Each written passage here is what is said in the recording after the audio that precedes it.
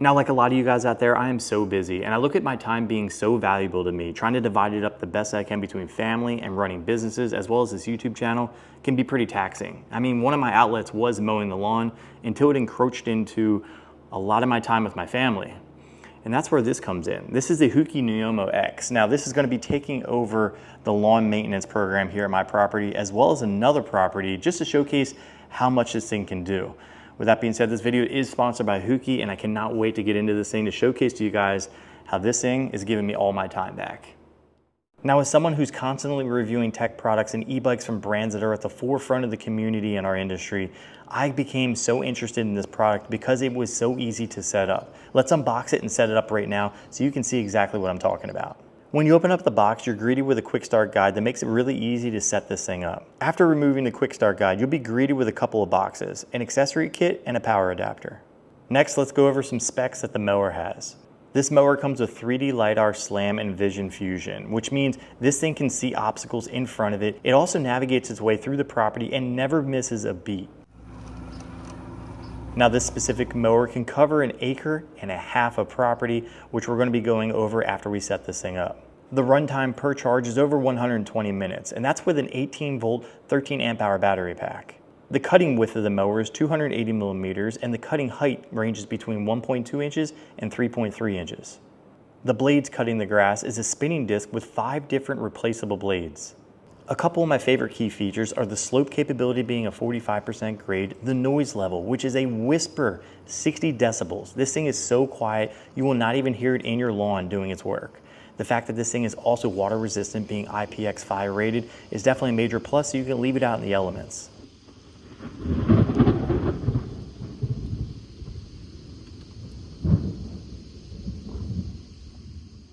You can also connect this thing to Bluetooth and Wi-Fi, so having the ability to be able to run the mower no matter where you are in the world is a major plus through the app.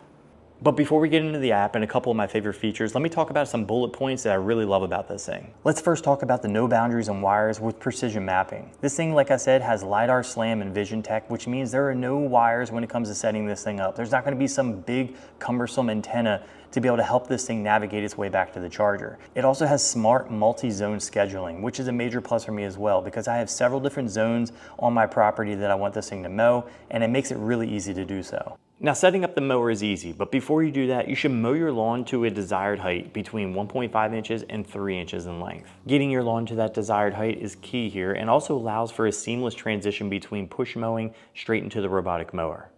Now, after mowing the lawn, it's time to install the charging station. Now, I messed around with 2 different locations and finally settled on the backyard because it was the most level and didn't have any issues when going back on the charging dock.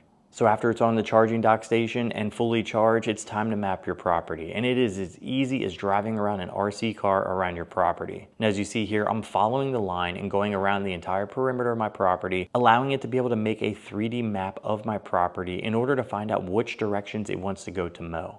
Now, when mapping your property, you're going to see a mowing area, a no-go zone, a passage, and a recharge path. Now, the mowing area is what you're going to do first, like you see on the front yard here, and then you're going to do a no-go zone. The no-go zones are what you saw on my map in red, letting the mower know that it cannot go there. I didn't want it to run into anything that's delicate in that area.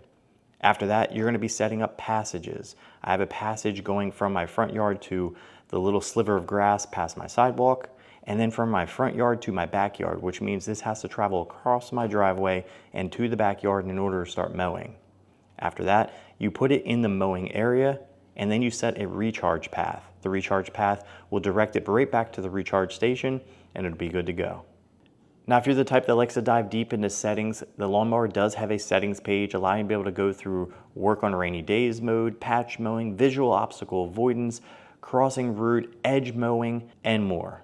Now, before sending the mower out, you can select which settings you want the mower to have by select mowing settings, all zones, and then you can see the mowing height. I can take that down all the way down to 30 millimeters and all the way up to 85 millimeters. You can change the obstacle avoidance height as well as the cutter head rotation speed. So far, I haven't had to have a recharge in the middle of mowing the lawn, but it does have automatic recharge and resume, which is definitely a major plus. So it returns back to the base when it's low on charge, charges up to the necessary amount, and then resumes mowing right where I left off. Now this is one of the properties here up on the app, showcasing the fact that there are 3 different mowing zones, as well as a no-go zone there in the red, letting the mower know that it cannot go in there at all and it has to navigate its way around it. That's a major plus in my book. Also, the fact that the LiDAR is able to see things like if I leave a bike in my grass, it will know to go around it and resume as scheduled. And you would think one of the downsides is the fact that if I move the bike, the grass is going to be long there. You would be wrong. See, here on the app, there are several different areas where it shows that it's not completely green, which means that the mower has to come back to that area to finish the job. And that's what it would do there if I had a bike in my yard. So again, if you're like me and you're really busy and you want that time back to spend with your family, run a business, or just do something other than cutting the grass, then check out Hookii. They got several different mowers for you to be able to check out to see which one fits your lifestyle. With that being said, big shout out to Hookii for sponsoring today's video and giving me my time back to spend with my family and develop new YouTube videos for you guys. So with that being said, if you guys like this video, drop a like. If you love it, hit the subscribe button, and I'll catch you in the next one.